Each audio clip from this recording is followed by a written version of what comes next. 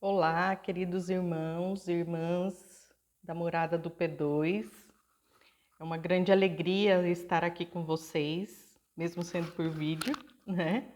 Mas eu aceitei com muita alegria esse convite da Paulinha e da Jaque para estar aqui hoje com vocês falando da fase da desestruturação, né?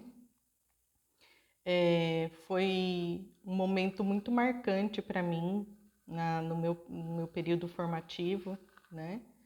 Essa fase da desestruturação, né?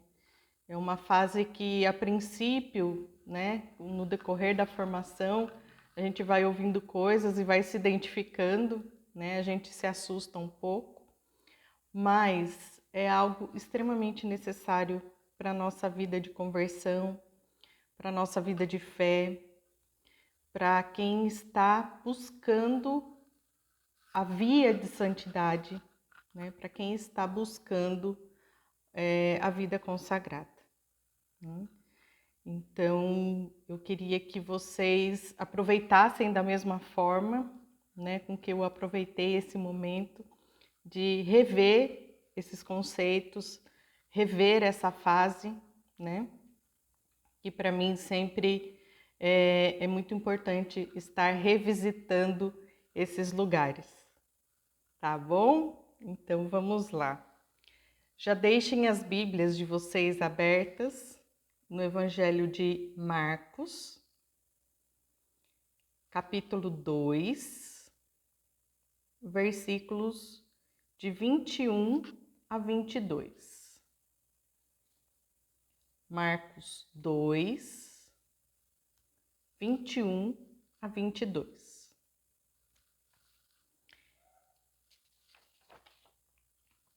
E a formação começa com um questionamento, né? O que na vida de vocês precisa morrer para que possa nascer o homem novo? E onde você percebe a presença de Deus através dos fatos da vida? E a formação já começa, né, intensa. Aonde vocês reconhecem que existe o homem velho e que ele precisa morrer? E aonde vocês reconhecem a presença de Deus na história de vida de vocês? E aonde ele se faz presente, né? Então, isso é muito importante para esses momentos que a gente vai vivendo na nossa formação, na nossa fase formativa. Se o homem realmente busca a Deus, não há dúvida de que o encontrará, pois o próprio Deus irá a seu encontro. Então, é Deus que nos conduz ao deserto, né? Como Jesus foi conduzido ao deserto nos 40 dias que ele jejuou, o Espírito Santo o moveu, né? Vai dizer a Bíblia. O Espírito Santo o conduziu ao deserto. Então, Deus mesmo nos leva ao deserto. Ele nos quer nesse lugar. Ele quer que a gente faça essa experiência, né? Dessa fase de desestruturação. Santo Agostinho vai dizer que Deus quer destruir em ti o que tu mesmo fizeste e pôr a salvo em ti o que ele fez. Deus quer destruir em ti o que tu mesmo fizeste e pôr a salvo o que ele mesmo fez. Então, a gente vai percebendo, né, esse movimento de que, eita, o que eu fiz, né, durante a minha vida. E, gente, não a gente não está aqui falando de uma história de conversão recente, de repente de tantas histórias que a gente ouve, alguns testemunhos, né, de pessoas que beberam, fumaram, usaram droga e depois conheceram a Deus e se converteram. Não, não é esse tipo de história. Esse tipo de história, o tipo de história que nós temos aqui na nossa frente hoje, que nós vemos, né, É a minha história, é a história de vocês, é a história de quem sempre esteve na igreja, mas que acabava fazendo as coisas do seu jeito e não do jeito que Deus queria, né? E acabamos fazendo uma construção errada de algumas coisas, né? Por isso a gente chama de fase de desestruturação. O que a gente vai desconstruir, né? Eu acho que Deus é muito delicado, eu acho um atributo de Deus muito importante quando eu falo que Deus é delicado, né? E foi algo que me ajudou muito quando a gente leu esse livro, né? Amarás o Senhor teu Deus, e leu as fases, né? Durante a formação. Foi algo que eu coloquei na minha cabeça e que me ajudou muito. Que Deus é delicado, Ele não chega destruindo nada, né? Ele desconstrói, Ele tira pedra por pedra, tijolo por tijolo. Ele não chega de uma forma bruta, porque Ele não é bruto, né? Ele é muito delicado e Ele é educado. Ele pergunta se Ele pode entrar, né? Para nos relacionarmos com Deus, é preciso abertura para uma ação de desestruturação. Desestruturação essa que quer dizer tirar os fundamentos, fazer uma derrubada radical. Então, de repente, quem vai ser o radical da história somos nós, né? Que reconhecemos algo que não está correto, né? Deus, da parte dele, Ele espera o nosso tempo. Mas nós sejamos radicais, né? Derrubemos as estruturas que não estão adequadas. Uma casa, por exemplo, que foi construída para ter só um piso, né? Ser só casa térrea, ela não pode ser sobrado. Ela não tem estrutura para isso, né? E de repente Deus quer nos trazer uma novidade grande, algo grande dele, um projeto grandioso dele para cada um de nós. E as nossas estruturas podem não aguentar. Então, temos que reforçar de acordo com a vontade de Deus. A desestruturação é ter a coragem de despojar-se de ideias erradas sobre Deus e sobre o relacionamento com Ele, para depois iniciar um processo de conversão, né? Então, é aquilo que eu falava para vocês agora há pouco. Não é aquela história grandiosa de conversão, é a nossa história de conversão, que se opera dia após dia, né? Nós que escolhemos uma nova comunidade para fazer esse caminho, né? No nosso caso, a comunidade Recado. É essa a história, né, que nós queremos construir. Então, vamos pegar lá o Evangelho de Marcos, versículo 21.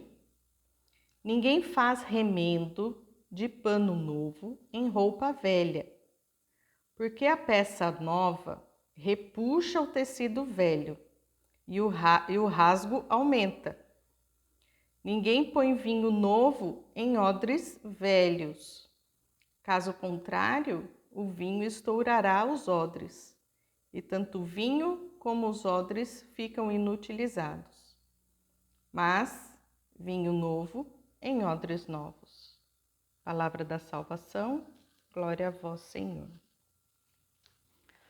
Então, é essa estrutura nova, é esse tecido novo, é esse vinho novo que Jesus quer nos trazer. Que Deus quer, através dos seus planos para nós, nos apresentar. E nós, sendo roupa velha já, de caminhada, sendo odres velhos, nós temos que primeiro fazer esse movimento de nos tornarmos novos, de matar em nós o que o homem velho já causou de estrago, né? E para vir essa nova base, essa nova estrutura para aguentarmos tudo o que de novo o Senhor quer para nós. O Papa Francisco, logo no início do seu pontificado em 2013, nos fala que a novidade sempre causa um pouco de medo, porque nos sentimos mais seguros se temos tudo sob controle. Se somos nós a construir, a nos programar, a projetar a nossa vida de acordo com os nossos esquemas, as nossas seguranças, os nossos gostos, né? Tudo gira em torno de mim, né? Tudo gira em torno das minhas comodidades. Deus existe na minha vida, mas ele tem que se adaptar aos movimentos que ela vai fazendo, sendo que é bem ao contrário. Nós que temos que nos mover e procurar o nosso lugar conforme Deus quer. O Papa Bento ainda fala que Deus nos ama e quer apenas o nosso bem. Perguntemo-nos hoje a nós mesmos: permanecemos abertos às surpresas de Deus? Ou fechamo-nos com medo à novidade do Espírito Santo? Né? Então, acredito que muitas vezes a gente tenha medo porque a gente sai do controle, sai desse protagonismo, né? E quem deve assumir esse protagonismo em nossas vidas é o próprio Deus. Vejamos esse processo de reconhecer as ilusões e deixar que Deus as desfaça. Então, a formação vai trazer aqui as ilusões na vida espiritual. Sim, meus irmãos, somos cheios de ilusões, cheios, né? Acerca da nossa vida de fé, da nossa caminhada com Deus, é uma ilusão só, né? E a gente só vai se deparar com essa realidade no momento que ele nos apresenta uma obra como essa. É muito interessante as coisas que ele vai nos trazer.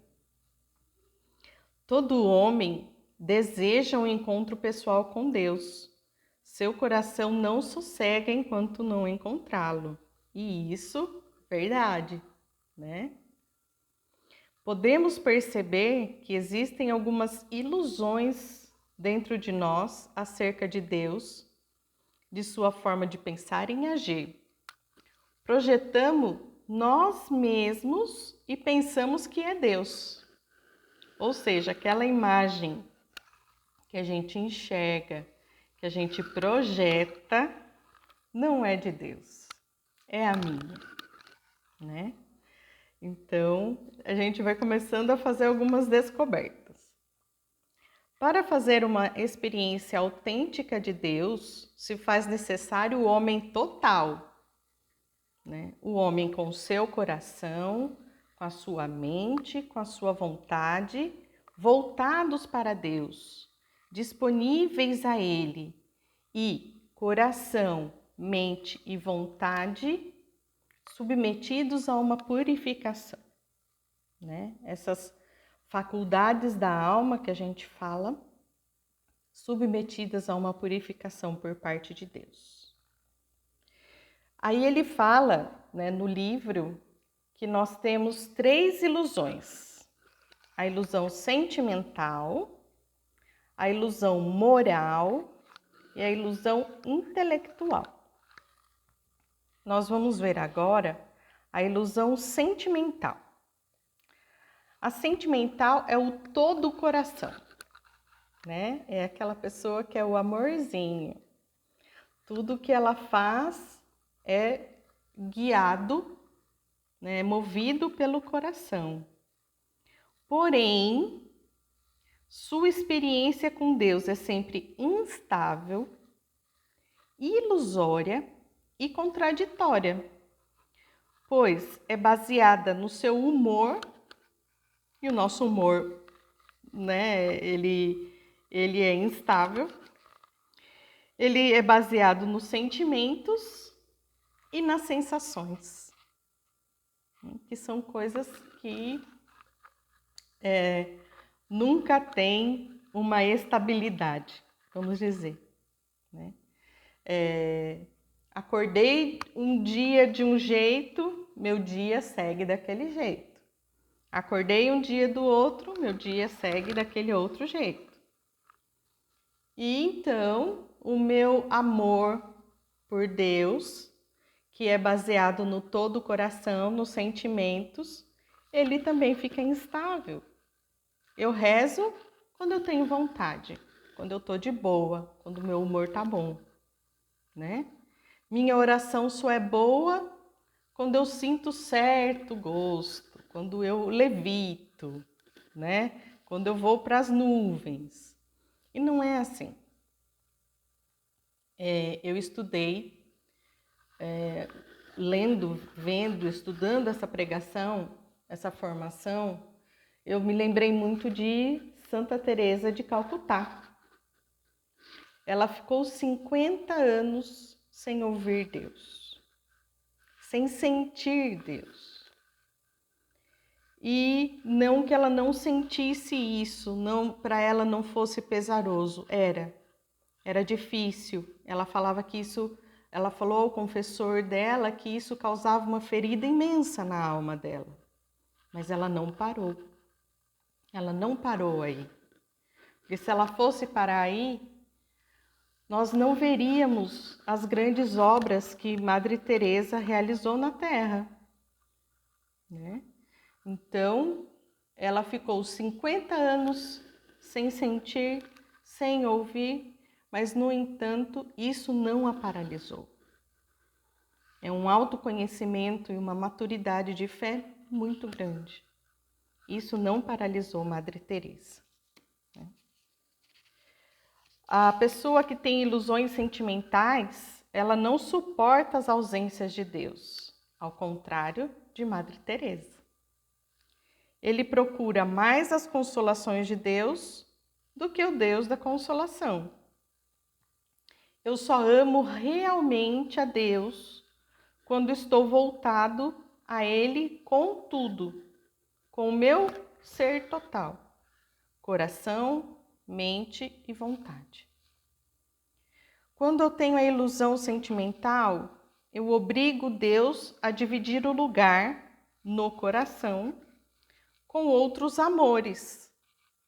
E isso viverá em constante concorrência. Olha que coisa, né? Deus vai estar ali no coração, mas vai estar concorrendo com vários outros amores. Ele não está no centro, né? Como vocação recado, e cada ilusão que a gente for ver, a formação traz um antídoto recado, né?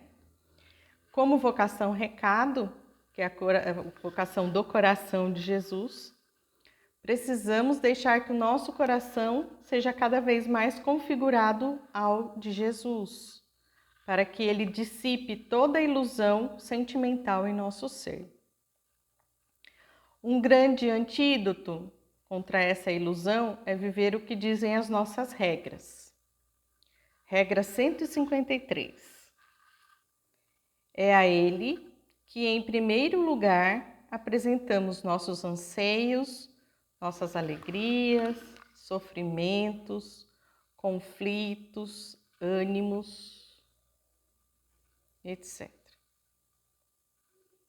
A partir do momento que entregamos ao Senhor nosso estado de ânimo e nos desprendemos de nós mesmos, é o coração de Jesus somente, pelo seu Espírito, que vai guiar nosso ser numa vida de oração fecunda e transbordante.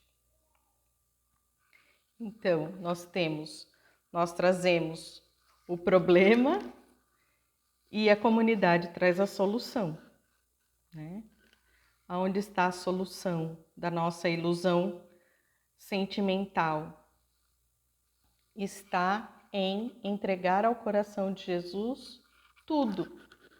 O nosso humor, nossas variações, todas as coisas que fazem parte de nós e que não precisam fazer, né? Que a gente sofre, mas que não precisam fazer sofrer, né?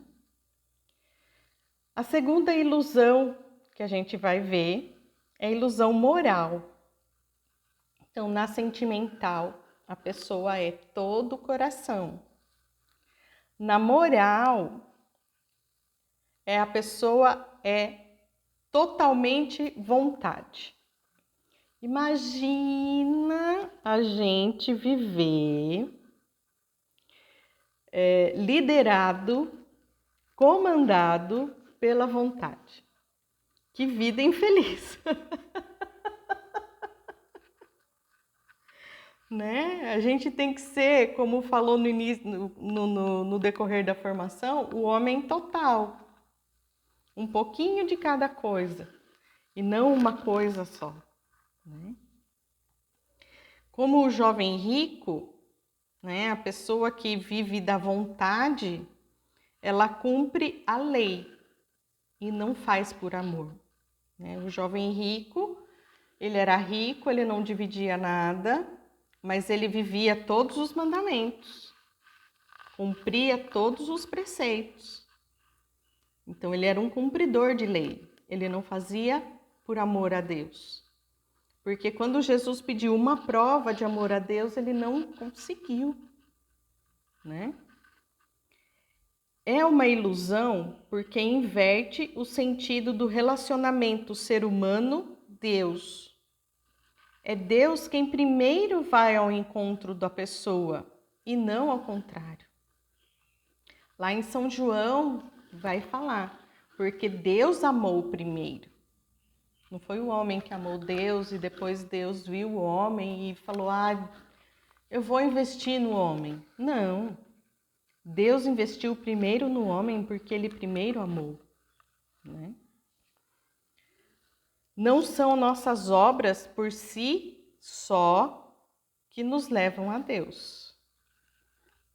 Forte, né? A pessoa que vive a ilusão moral é o tipo que diz, faço tudo sozinho. Por isso ela não sabe agradecer. Olha o comportamento dessa pessoa. Ela acredita que tudo o que possui é fruto de seus esforços e de suas renúncias.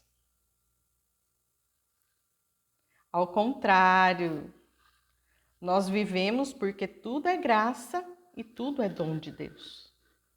E não por aquilo que eu faço, né? Não é aquilo que eu faço para Deus. É aquilo que Ele, por graça, me dá, o dom que Ele me dá, e a partir de então eu sirvo a Deus. Vê Deus como aquele que ou somente castiga ou somente premia.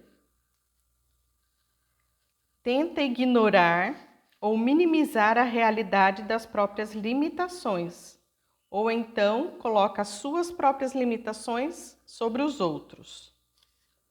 É rígido consigo mesmo e com os outros. Torna-se legalista, perfeccionista. Seu contato com Deus é apenas superficial, porque honra-o com os lábios, mas seu coração continua distante. Então, a pessoa com a ilusão moral, ela é uma pessoa distante. Ela é uma pessoa superficial. Para nós, recado, essa ilusão atrapalha diretamente a vivência do carisma. Por quê? Porque como eu sou ingrato, eu só murmuro, né? E daí já é um grande pecado para nós, recado.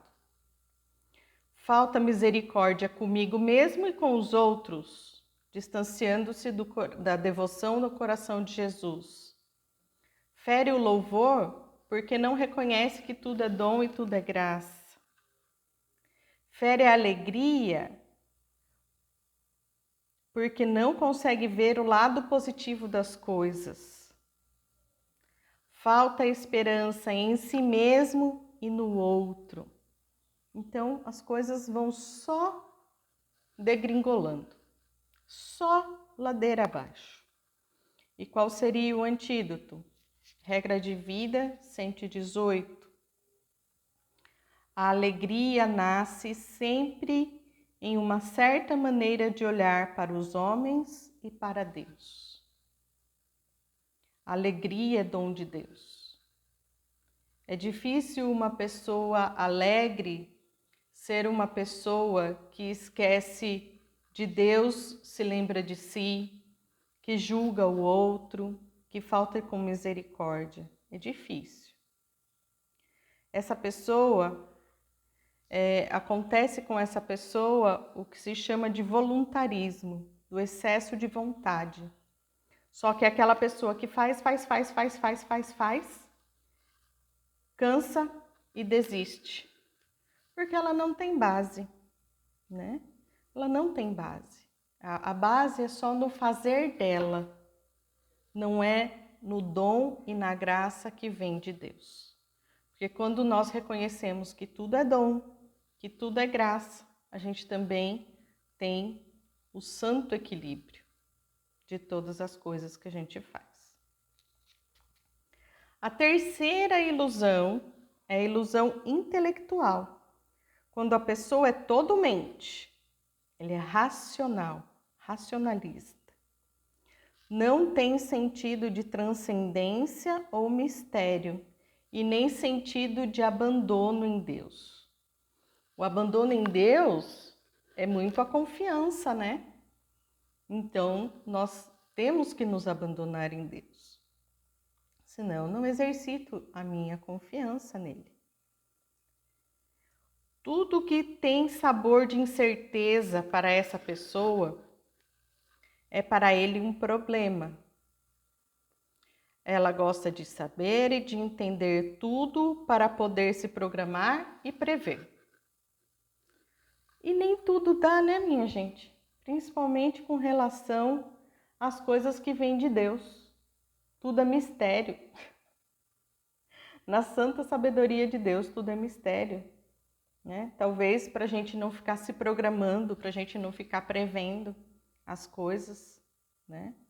Perde o tom do mistério.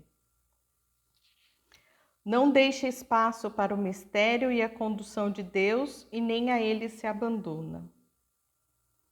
O homem começa a relacionar-se com Deus quando, reconhecendo a própria incapacidade de entender, conserva no coração o que entende e aceita permanecer diante do mistério como Maria. Eu vou reler, né, para a gente entender bem essa frase. O homem começa a relacionar-se com Deus quando, reconhecendo a incapacidade de entender, conserva no coração o que entende e aceita permanecer diante do mistério como Maria. Maria entendeu tudo o que estava acontecendo com Jesus diante da cruz, ou ela parou diante do mistério? Ela parou diante do mistério. Não quis entender, porque ali, naquele determinado ponto, era impossível entender. Não questionou Deus. Ela ficou em sua agonia silenciosa, sabendo que Deus tinha um plano, que aquilo não era o fim, mas ela não quis entender. Parou diante do mistério, né? Para nós, recado, regra de vida 278.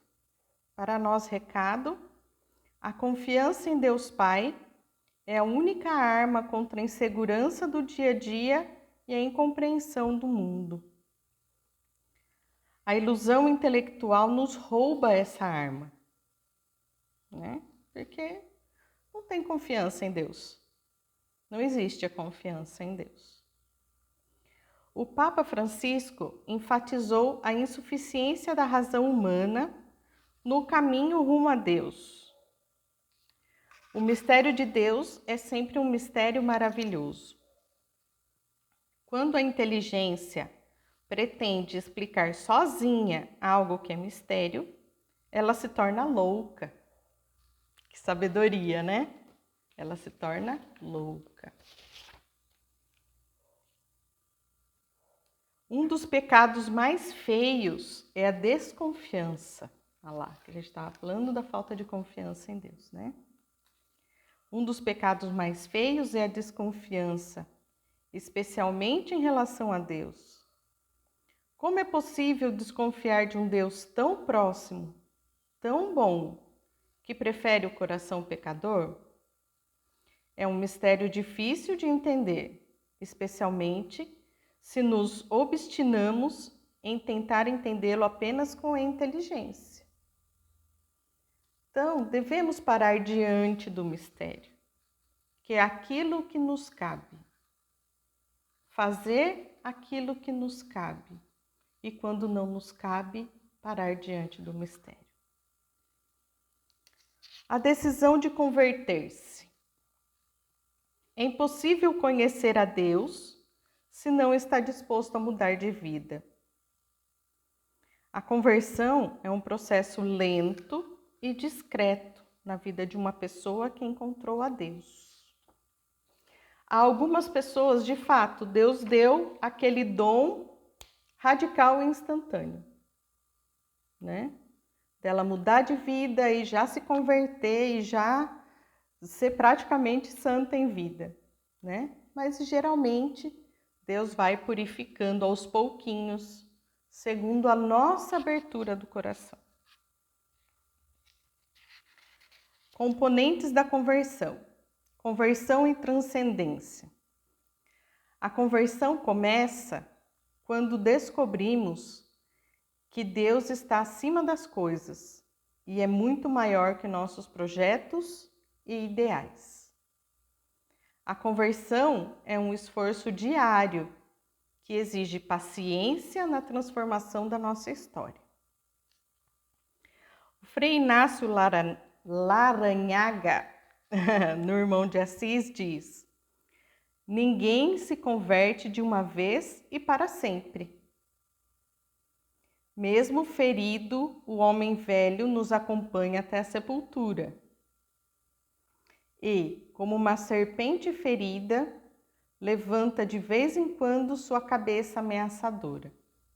Então, temos que deixar o homem velho numa constante vigilância, né? Porque ele pode, ali no momento de fraqueza, levantar sua cabeça, como diz Inácio Larrañaga. Tudo eu considero como perda. Progressivamente, podemos descobrir os falsos deuses do passado. Quando Deus se revela para